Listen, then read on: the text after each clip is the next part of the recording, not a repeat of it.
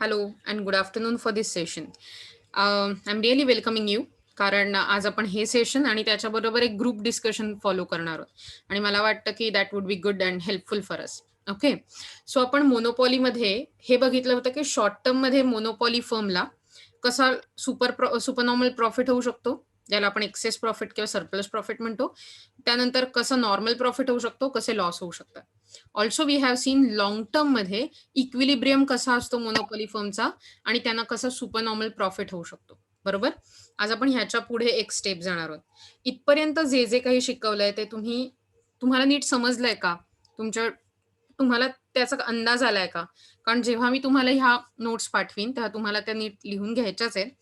व्हेअरॅज याच्या बरोबरीने तुम्हाला हेही लक्षात ठेवायचंय की तुम्ही जे शिकताय त्याचं तुम्हाला इम्प्लिमेंटेशन करता आलं पाहिजे.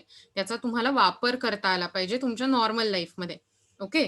ते कसं हे तुम्ही ठरवायचं. तुम्हाला जर समजत नसेल तर विचारायचं. आज आपण हे बघणार आहोत मोनोपॉलीमध्ये जेव्हा रायझिंग कॉस्ट कंडिशन असतात, तेव्हा कशाप्रकारे असतं. मला नीट आठवतंय की आपण स्पेसिफिक वेळ घेऊन ही डायग्राम काढण्यासाठी वेळ दिला होता. ज्यात A, B, C अशी पॅनेल होती. पहिलं पॅनेल A ज्याच्यात रायझिंग कॉस्ट दाखवल्या होत्या. बी मध्ये कॉन्स्टंट कॉस्ट दाखवल्या होत्या आणि सी मध्ये डिक्रीजिंग कॉस्ट दाखवल्या होत्या. तुमच्यासमोर ऑब्व्हियसली डायग्राम आहे. ज्यांनी काढली नसेल त्यांनी काढून घ्या. मी शिकवायला सुरुवात करणार आहे. ओके, सो बघा बरं का. In some industries there are diminishing returns or increasing cost. म्हणजे काही इंडस्ट्रीजमध्ये कॉस्ट वाढत जातात. जसं तुमचं प्रोडक्शन वाढत जातं, म्हणजे जसं तुम्ही एक्स ॲक्सिसवर राईट साईडला जात जाता, उजव्या बाजूला जात जाता, तसं तसं तुमच्या कॉस्ट वाढत जातात किंवा तुम्हाला जे रिटर्न्स, तुम्हाला जे फायदे मिळत असतात त्यातून ते कमी होत जातात. Okay, the situation is described in figure 2.6a. So हे जे ए पॅनेल आहे त्याच्यात ही प्रकारची सिच्युएशन दाखवली. तुम्ही जर बघितलं तर आपल्याला यात MR आणि AR म्हणजे मार्जिनल रेव्हेन्यू आणि ॲव्हरेज रेव्हेन्यू हे डाऊनवर्ड स्लोपिंग दिसतात. ओके, आणि त्याच्या बरोबरीने तुम्ही बघू शकता हे डाऊनवर्ड स्लोपिंग दिसतात. हे दोन्ही ग्राफ तुम्हाला दिसतात राईट. वेअरॅज MC म्हणजे मार्जिनल कॉस्ट आणि AC म्हणजे ॲव्हरेज कॉस्ट या दोन्ही अपवर्ड दिसतात. एखादा ग्राफ अपवर्ड जात असतो तेव्हा आपण काय म्हणतो रे? आपण काय म्हणू शकतो? Upward slope. Correct, upward sloping. पण आपण काय म्हणतो म्हणजे ऍक्च्युली मला असं विचारायचंय तुम्हाला की आपण त्यातून काय इंटरप्रिट करू शकतो, काय समजू शकतो?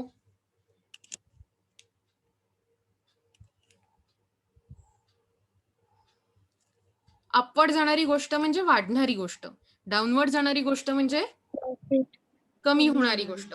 सो आता जेव्हा आपल्याला AC आणि MC अपवर्ड दिसत आहेत, याचा अर्थ आपण असं म्हणू शकतो का की ॲव्हरेज कॉस्ट आणि मार्जिनल कॉस्ट वाढतायत? Yes ma'am. बरोबर.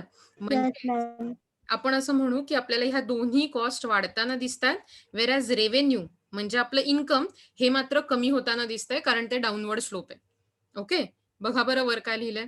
The equilibrium output is OQ. As usual आपल्याला माहितीये की जिथे MR आणि MC इंटरसेक्ट करतात तिथे आपल्याला इक्विलिब्रियम लेवलचं आउटपुट मिळतं.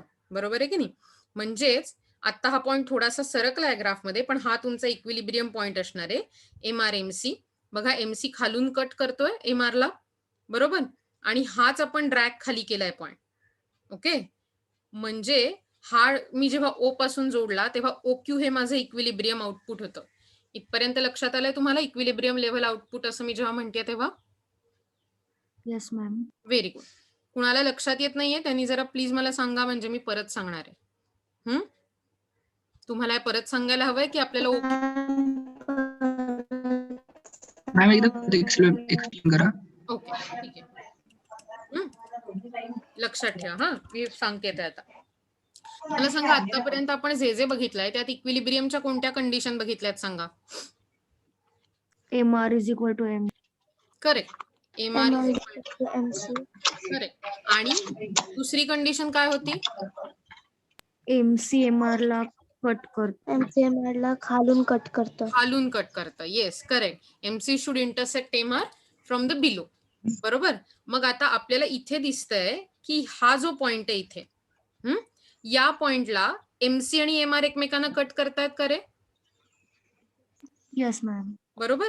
आणि दुसरी यस मॅम. गोष्ट म्हणजे आपल्याला हेही दिसतंय की ही एमसी कर्व हा खालून वर चाललाय आणि एमआर कर्व वर आहे. याचाच अर्थ एमसी कर्व हा खालून कट करतोय एमआर ला, म्हणजे दुसरी कंडिशनही फुलफिल करतोय आपण. सो जेव्हा मी या पॉइंट वरनं खाली एक्स ऍक्सिस वरती माझा हे ड्रॅग करते, तेव्हा मला कुठला पॉइंट मिळतो रे? क्यू. करेक्ट, क्यू पॉइंट मिळतो. ओके, आणि म्हणून मी असं म्हणू शकते की ओ पासून क्यू हे जे आहे ते माझं इक्विलिब्रियम लेव्हल आउटपुट आहे. बाळांनो, तुम्ही जेव्हा तुम्ही तुमचं तिकडे पर्सनल काम करत असता किंवा काही फोन येत असतो तुम्हाला, तुम्ही थोडंसं म्यूट केलं तरी चालेल. सो तुम्हाला लक्षात येत आहे आता ओक्यू लेव्हल ही जी इक्विलिब्रियम आउटपुट असं म्हटलंय ते आपण कसं काढलं ते? Yes ma'am. सगळ्यांना लक्षात यस आलं? मॅम. ओके, कोणी म्हणत नाहीये. सो मी आता तुम्हाला जर तुमच्या लक्षात आलं नसेल तर तुम्हाला परत व्हिडिओ बघायला लागेल. ओके, कारण मी तुम्हाला विचारते, तुम्ही मला रिप्लाय देत नाहीये. Correspondingly OP is a yes price. Ma'am. Simply असा विचार करा की प्राइस म्हणजे काय असतं? AR इक्वल टू पी, हे आपल्याला समजलंय, राईट? ऍव्हरेज रेव्हेन्यू म्हणजे प्रत्येक गोष्टी मागे, जी गोष्ट आपण विकतोय आपल्या फर्म मधून, तिच्यापासून मिळणारा ऍव्हरेज रेव्हेन्यू म्हणजे पर कमोडिटीला मिळणारं इन्कम, पर कमोडिटी मागे मिळणारी जी इन्कम असतं, मिळणारं जे आपलं काय म्हणू उत्पन्न असतं, तीच आपली प्राइस असते. बरोबर आहे ना? म्हणजेच मी असं म्हणू शकते की AR लेव्हल, ARच्या ग्राफवर मी जर गेले, जो हा आपल्याला इथे दिसतोय, हा सी पॉइंटला ARचा ग्राफ कट करतोय, राईट? आणि त्या पॉइंट पासून जर मी वाय ऍक्सिस वर गेले, कारण वाय ऍक्सिस वरच माझ्या प्राइस, कॉस्ट, रेव्हेन्यू आहे, तर मला हा पी पॉइंट मिळतो. ओके, आणि हाच P point that is O P हा आपला इक्विलिब्रियम लेव्हलची प्राइस आहे. येतंय लक्षात? ओपी म्हणजे तुमची प्राइस आहे आणि ती कशी काढली आपण? Yes ma'am. पुन्हा एकदा ऐका बरं का, कारण मला माहितीये कधी कधी कन्फ्युजन होऊ शकतं. नेहमी लक्षात ठेवा, तुमचा जो ऍव्हरेज रेव्हेन्यू असतो म्हणजे पर कमोडिटीला मिळणारं इन्कम, हीच त्या कमोडिटीची प्राइस असते की नाही? त्या कमोडिटीला समजा आपण खुर्ची विकतोय आणि एक खुर्ची विकल्यावरती आपण सुतार आहोत समजा, म्हणजे छानसे असं भारी आपण लाकडाचं मटेरियल वापरून खुर्ची बनवतोय. सो एका खुर्चीची किंमत आहे समजा 1000 रुपये. सुंदर लाकडाची खुर्ची. सो मला एका खुर्चीपासून 1000 रुपये that is my average revenue. म्हणजेच त्या खुर्चीची प्राइस काय म्हणता येईल मला? 1000. करेक्ट, 1000. म्हणजेच मला असं म्हणता येतं की माझा जो ऍव्हरेज रेव्हेन्यू असतो that is equal to price. आणि म्हणून इक्विलिब्रियम लेव्हलची प्राइस काढण्यासाठी मला इक्विलिब्रियम पॉइंट पासून ARच्या ग्राफ पर्यंत चढत जावं लागतं किंवा उतरत जायला लागतं. या केसमध्ये चढत जावं लागणार आहे, कारण ARचा कर्व वर आहे. ओके, सो मी या पॉइंट पासून, इक्विलिब्रियम पॉइंट पासून ARच्या कर्व पर्यंत चढत गेले, मला सी पॉइंट मिळाला. इथपर्यंत लक्षात आलं?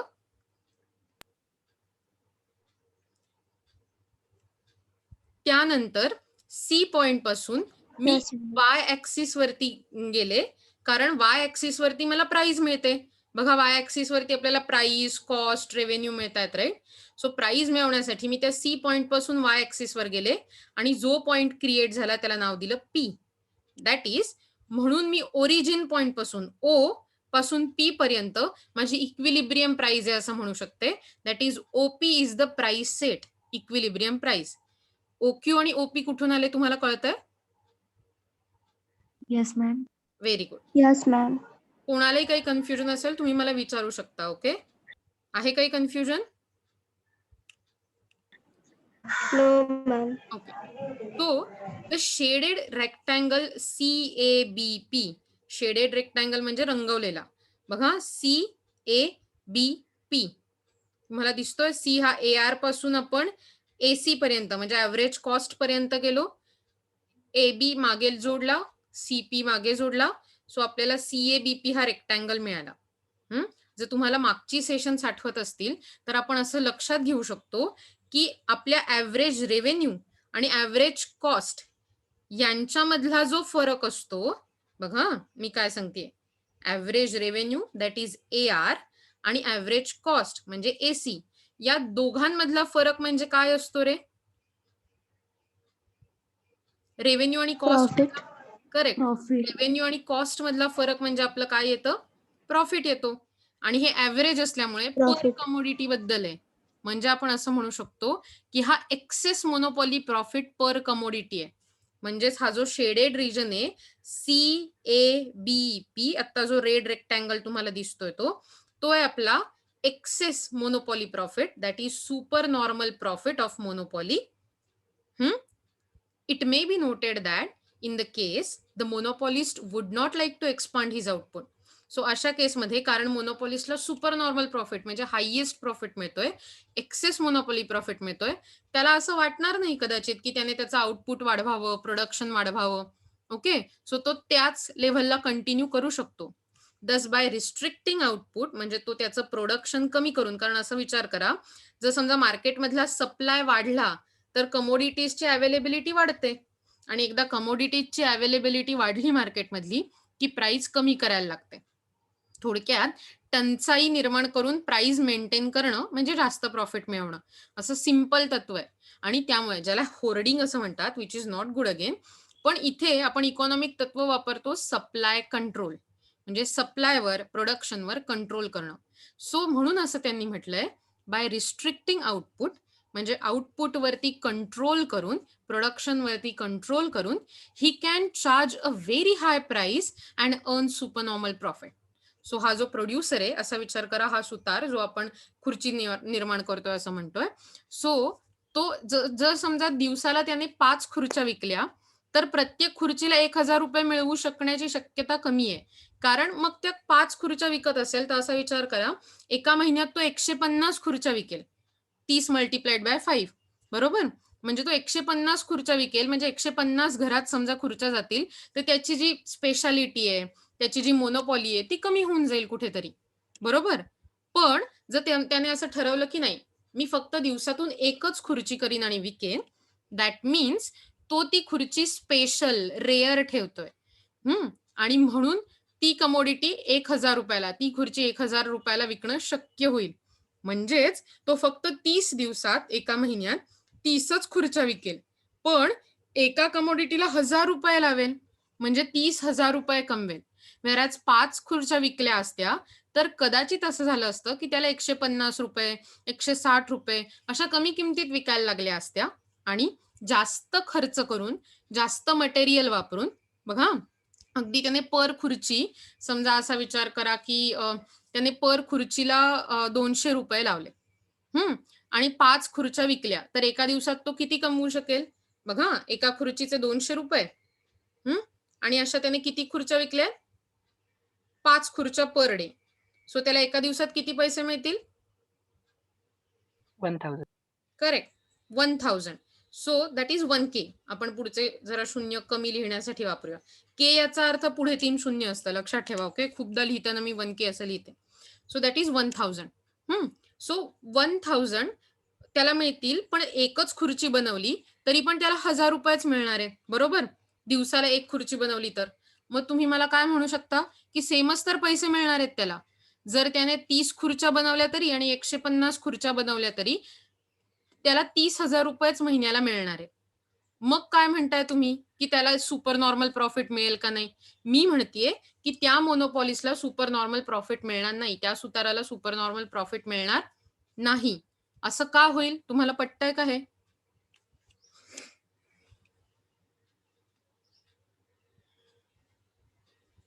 बरं, आपण थोड्याशा सोप्या भाषेत बघूया. प्राइस कमी का बरं नाही, बघा बरं का मी काय म्हणते. Excess monopoly profit, that is super normal profit in monopoly, हे मिळवण्यासाठी त्या सुताराला एक खुर्ची 1,000 रुपयालाच विकावी लागेल. पण त्याने जर 5 खुर्च्या 200 रुपयाला पर डे विकल्या तरी जरी त्याला 1,000 रुपयेच पर डे मिळत असतील, म्हणजे जी एक खुर्ची विकल्यावरती मिळणार आहेत तेच, तरीही त्याला सुपर नॉर्मल प्रॉफिट मिळणार नाही. या उलट त्याचा प्रॉफिट कमी होईल. म्हणजे त्याचं इन्कम, रेव्हेन्यू, हा टोटल रेव्हेन्यू 30,000च राहणार आहे. त्याने एक खुर्ची बनवली तरी 1,000 रुपयांची, किंवा 5 खुर्च्या बनवल्या तरी 200-200च्या.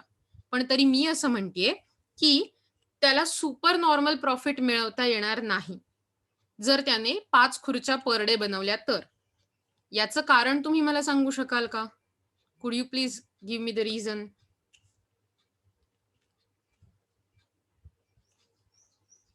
क्योंकि उसको बनाने के लिए कॉस्ट ज्यादा लगेगा और वेरी पैसे गुड. हमें कम मिलेंगे. हाँ, वेरी गुड. मतलब जब आप 5 चेयर्स बनाओगे तो आपको ज्यादा रॉ मटेरियल लगेगा. इसका मतलब आपकी कॉस्ट ज्यादा होगी. शायद आपको ज्यादा वर्किंग आवर डालने पड़ेंगे या फिर शायद किसी और वर्कर को हायर करना पड़ेगा. दैट मीन्स आपको शायद लेबर पे या फिर अदर फैक्टर्स ऑफ प्रोडक्शन पे ज्यादा खर्चा करना पड़ेगा. दैट मीन्स 30,000 इनकम तो होगा लेकिन खर्चा ज्यादा होगा और उसकी वजह से या फिर आपको नॉर्मल प्रॉफिट मिल सकता है या फिर लॉस भी हो सकता है. सुपर नॉर्मल प्रॉफिट नहीं होगा अगर आप 5 चेयर्स बनाते हो. आता ही कन्सेप्ट समजली का तुम्हाला? मला सांगा. Yes Yes, ma'am. ma'am. आता बघा, Yes, म्हणून ma'am. त्यांनी असं म्हटलंय की he can charge very high price. म्हणजे एका खुर्चीला 1000 रुपये असे he can charge very high price and earn super normal profit. Briefly, under conditions of diminishing returns or increasing cost, the monopoly price tends to be much higher than the competitive price. आणि ह्याचं कारण काय असतं की कारण त्याला माहिती आहे की त्याने जर जास्त गोष्टी बनवल्या तर त्याला कमी कमी रिटर्न्स मिळतील, कमी कमी प्रॉफिट मिळतील किंवा जास्त रॉ मटेरियल जास्त लेबर वापरायला लागल्यामुळे त्याच्या कॉस्ट वाढतील. या दोन कन्सेप्ट लक्षात आल्या? डिमिनिशिंग रिटर्न म्हणजे जास्त खुर्च्या बनवल्या तर सुताराला मिळणार आहे कमी प्रॉफिट, दॅट इज डिमिनिशिंग, कमी होणारा, रिटर्न्स म्हणजे प्रॉफिट. किंवा इन्क्रीजिंग कॉस्ट म्हणजे जास्त रॉ मटेरियल जास्त लेबर जास्त वर्किंग अवर्स म्हणजे त्याची कॉस्ट किंवा खर्च वाढणार आहे. आणि म्हणून कॉम्पिटिटिव्ह प्राइस वरती मोनोपॉली प्ले करत नाही. कॉम्पिटिटिव्ह प्राइस खूप लोअर पडतात मोनोपॉलीसाठी, पण मोनोपॉलिस्ट जो असतो तो नेहमीच there price tends to be much higher. Monopoly prices ज्या असतात त्या नॉर्मल कॉम्पिटिटिव्ह प्राइस पेक्षा खूपच जास्त असतात. इथपर्यंत लक्षात येत आहे का तुमच्या? Yes ma'am. नक्की? Yes ma'am. Very good. Let's move further. Yes ma'am.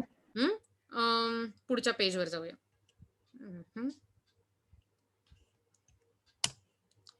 Okay, so आता काय लिहिलंय ते बघूया. Constant cost condition. मगाशी आपण रायझिंग कॉस्ट कंडिशन बघितली होती, बरोबर ना?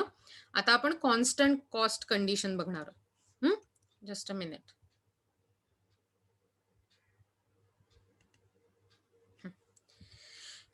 सो पुन्हा सेम आपण सेम टाईपचाच ग्राफ बघतोय, ज्या ग्राफवरती आपल्याला दिसतंय की एक्स ऍक्सिसवर आउटपुट आहे, वाय ऍक्सिसवर प्राइस कॉस्ट रेव्हेन्यू आहे. इथे मात्र कसं दिसतंय बघा, हा जो AC इक्वल टू MC वाला कर्व आहे, इथे कॉन्स्टंट कॉस्ट आहेत म्हणजे तुमच्या कॉस्ट बदलत नाहीये, सेम आहेत. आणि म्हणून हा जो कर्व आहे तो न चेंज होणारा, अगदी न बदलणारा असा असल्यामुळे एक्स ऍक्सिसला पॅरलल दिसतोय. That is AC equal to MC हा कर्व आडवा हॉरिझॉन्टल आहे. Some industries may work under conditions of constant cost. काही इंडस्ट्रीज अशा प्रकारे वर्क करतात की त्यांच्या कॉस्ट बिलकुल बदलत नाहीत, they are constant. In that case marginal and average cost remain constant. अशा वेळी त्यांची AC that is average cost आणि MC म्हणजे मार्जिनल कॉस्ट या दोन्ही रिमेन कॉन्स्टंट म्हणजे सेम राहतात. Thus, the MC and AC curves coincide. Coincide म्हणजे एकमेकात आत शिरतात, इन द सेन्स सेमच होतात in the horizontal straight line. So दोन्ही कर्व म्हणजे असं नाहीये की मी एकच कर्व काढलाय. सो हा समजा AC चा कर्व आहे, प्रत्येकाची ऍव्हरेज कॉस्ट 10 असेल तर तितकीच MC ची असते आणि म्हणून सेम लाईन आपण परत ड्रॉ करतो लाईक अ डबल लाईन आणि त्याला म्हणतो MC. So that is AC equal to MC. ते दोन वेगळे वेगळे कर्व आहेत पण ते कोइन्साइड करतात. This is not a single curve. लक्षात ठेवा हा. आता मला सांगा, मी आतापर्यंत जे वाचलं आणि जे तुम्हाला सांगितलं बी पॅनेल बद्दल ते तुम्हाला समजलंय का रे? तुम्ही झोपलाय का रे? कोमात आहात का? माझा आवाज ऐकू येत नाहीये का? मॅम आवाज ओके, आवाज ब्रेक झालेला. मी परत सांगते. मग मला आधीच नाही का सांगायचं तुम्ही? आता नीट येतोय का आवाज? Okay, Yes, ma'am. कूल. मी परत सांगते. नीट ऐका. Some industries may work under conditions of constant cost. काही इंडस्ट्रीज अशा असतात ज्यांच्यात कुठल्याही प्रकारची कॉस्ट चेंज होत नाही, बाकी काही गोष्टी बदलल्या तरी. अशा वेळी in that case marginal and average cost remain constant. अशा वेळी मार्जिनल कॉस्ट म्हणजे एमसी आणि ॲव्हरेज कॉस्ट म्हणजे एसी हे दोन्ही सेमच राहतात. सो बी पॅनेलमध्ये तुम्हाला ही जी लाईन दिसते बी पॉइंट पासून निघणारी, ती तुम्हाला दिसते एसी इक्वल टू एमसी, बरोबर? कारण ह्या दोन्ही गोष्टी सेम आहेत. असा विचार करा, या प्रकारच्या कंपनीत समजा मी पेन बनवते, तर माझ्या प्रत्येक पेनची कॉस्ट ही 10 रुपये आहे, म्हणजेच माझा ॲव्हरेज कॉस्ट असणार आहे 10 रुपये, बरोबर? म्हणजे माझी ॲव्हरेज कॉस्ट मी काय लिहिली आहे 10 रुपये, आणि म्हणून मी इथे लिहिते एसी क 10 रुपये. इथपर्यंत लक्षात आलं तुमच्या नक्की? Yes, ma'am. Yes, सो आता मी असं म्हणतेय की इथे कॉन्स्टंट कॉस्ट असल्यामुळे आधी समजा असा विचार करा की मी 100 कमोडिटीज बनवत होते, 100 पेन्स बनवत होते, ज्यांची प्राइस होती 10 रुपये. आता मी जर 101 पेन बनवलं तरी ते 101 किंवा 101 पेन बनवतानाही मला 10 रुपयेच त्याचा खर्च येणार आहे. म्हणजे ते एक्स्ट्रा पेन बनवण्यासाठीही माझा खर्च 10च रुपये राहणार आहे. म्हणजे मार्जिनल कॉस्ट किंवा एक्स्ट्रा ॲडिशनल कॉस्ट ही 10च रुपये असणार आहे. दॅट मीन्स माझी मार्जिनल कॉस्ट किती झाली रे आता? 10. करेक्ट. 10. म्हणजेच मी असं म्हणू शकते की माझा मार्जिनल कॉस्टचा कर्व पण या 10च्याच पॉइंट पासून निर्माण होणार आहे आणि ती सेमच असल्यामुळे सेम एसी सारखाच दिसणार आहे. अँड दॅट्स वाय ती एकच लाईन न राहता त्या 2 लाईन असणार आहेत, पण ते कर्व एकमेकात कोइन्साइड म्हणजे गुंतलेले दिसणार आहेत, एकमेकांवर आहे. सो इट्स लाईक मी तुम्हाला एक जोक सांगीन जो तुम्हाला लक्षात येतोय का बघा. सो म्हणून आता आधी लक्षात घ्या, एसी इक्वल टू एमसी असा कर्व आपल्याला हॉरिझॉन्टल दिसतोय. एसीच्या कर्ववरच एमसीचा कर्व आलाय. इथपर्यंत लक्षात आलं? Yes, ma'am. Yes, ma'am. The MC and AC curves, that is marginal cost आणि average cost curves, coincide म्हणजे एकमेकात राहतात in the horizontal straight line. बघा, एक्स ऍक्सिस सारखी हॉरिझॉन्टल स्ट्रेट लाईन आहे AC इक्वल टू एमसी ची. This condition is incompatible with the competitive firms equilibrium. He condition आपण चालवून घेऊ शकत नाही किंवा चालत नाही जेव्हा कॉम्पिटिटिव्ह फर्म्स मध्ये इक्विलिब्रियम चालू असतो तेव्हा, because horizontal straight line will represent that AC, MC, MR, AR together. म्हणजे जेव्हा आपण परफेक्ट कॉम्पिटिशन मध्ये म्हणतो तेव्हा हे शक्य असतं की त्या कॉस्ट सेम आहेत. पण जेव्हा आपण मोनोपॉलिस्टिक कॉम्पिटिशन, ऑलिगोपोली या सगळ्या गोष्टींबद्दल बोलत असतो तेव्हा हे शक्य होत नाही, कारण या कुठल्याही प्रकारच्या फर्ममध्ये average cost, marginal revenue, average revenue that is AC, MC, MR, AR हे एकत्र नसतात, टुगेदर नसतात. So there cannot be any intersection point representing an equilibrium position. आणि त्यामुळे अशा प्रकारच्या कॉम्पिटिटिव्ह फर्म्समध्ये AC, MC, MR, AR एकत्र नसल्यामुळे असा इक्विलिब्रियम पॉइंट क्रिएटच होत नाही की ज्याच्यात तुम्हाला इक्विलिब्रियम मिळेल आणि त्यातून तुम्हाला इक्विलिब्रियम आउटपुट मिळेल किंवा असं. इथपर्यंत लक्षात आलं? म्हणजे थिओरॉटिकली किंवा असं आपण थिओरॉटिकली तुम्हाला मी डायग्राम एक्सप्लेन केली तरी प्रॅक्टिकली हे फार अशक्य असतं. इथपर्यंत लक्षात येत आहे का? Yes, ma'am. Okay. So Yes, तुमच्यासाठी मला सांगा, एकावर एक म्हणजे किती?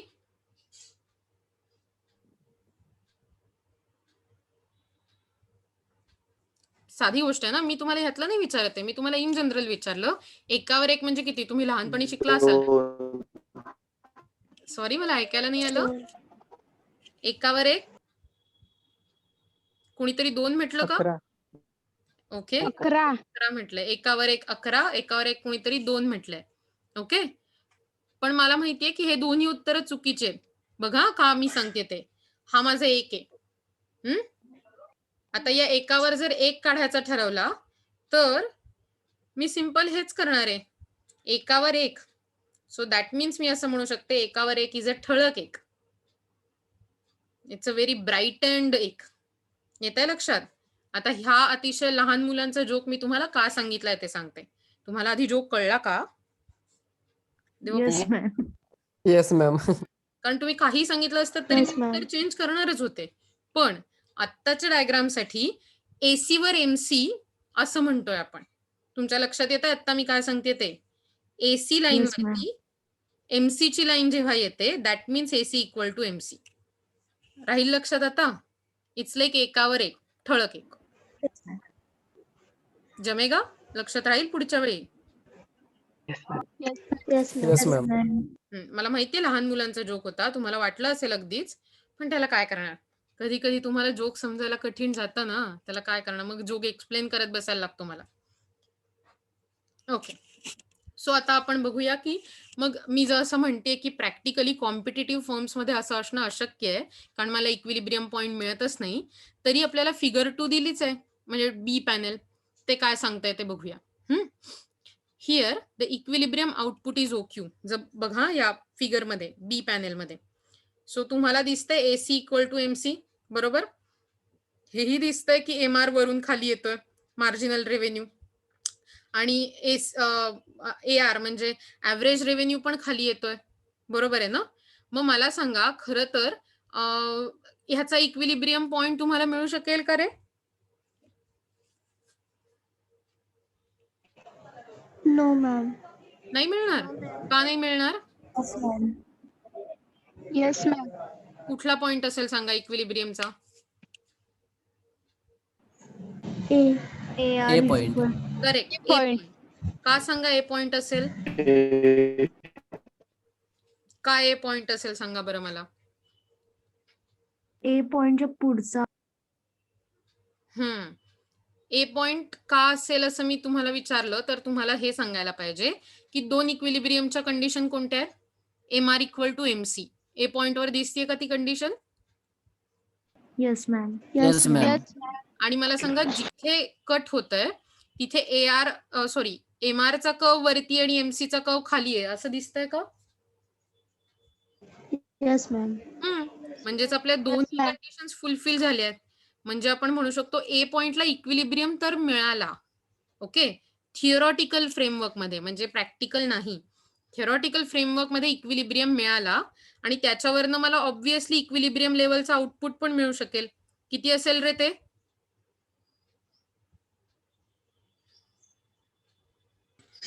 ओक्यू.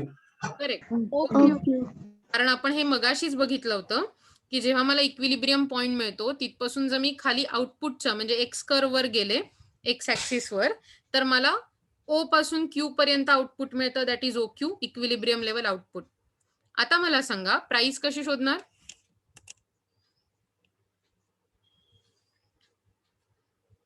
ए पॉइंट पासून कुठच्या कर्व पर्यंत जाणार?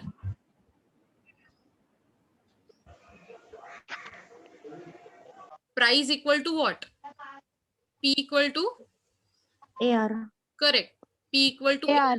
म्हणजे आपल्याला कुठल्या कर्व पर्यंत जायला लागेल इक्विलिब्रियम पॉइंट पासून? C point. C point वर. सी पॉइंट वर, जो ए आर कर्व वर आहे, बरोबर? म्हणजे मी या सी पॉइंट पर्यंत गेले आणि तिथून ज्या कर्व वर मला, ज्या ऍक्सिस वर मला प्राइस मिळतंय तिथे जोडलं, that is why axis. So मला पी पॉइंट मिळाला. मग मी असं म्हणू शकते की ओ पी ही माझी इक्विलिब्रियम प्राइस आहे. येतंय लक्षात? म्हणजेच Yes, ma'am. Yes ma'am. म्हणजेच एक सेकंड, म्हणजेच सिम्पली सेइंग की हा बाळांनो, मी तुम्हाला अटेंडन्स शीट देते या लेक्चरची, पण याच्यानंतर परत तुम्हाला याच लेक्चरला एक 10-15 मिनिटासाठी जॉईन व्हायचंय. ओके, कारण मी तुम्हाला ऑलरेडी फक्त दुसरं स्लाइड शिकवते, बरोबर ना? सो आपण इतक्या स्लो गतीनं जातोय, ह्याच्यात तसा आणि कासवाची रेस असती तर इकॉनॉमिक्सचं लेक्चर 10 फूट मागे पडलं असतं किंवा त्याच्यापेक्षा जास्त फूट. सो यात म्हटल्याप्रमाणे ओक्यू हे तुमचं इक्विलिब्रियम लेवल आउटपुट आहे, ओपी ही तुमची इक्विलिब्रियम प्राइस आहे, आणि म्हणून आपल्याला हे कळतंय की the monopoly profit is CABP. का? ते कोणी सांगू शकाल तुम्ही मला की मोनोपॉली प्रॉफिट CABP इतका असं मी का म्हणेन?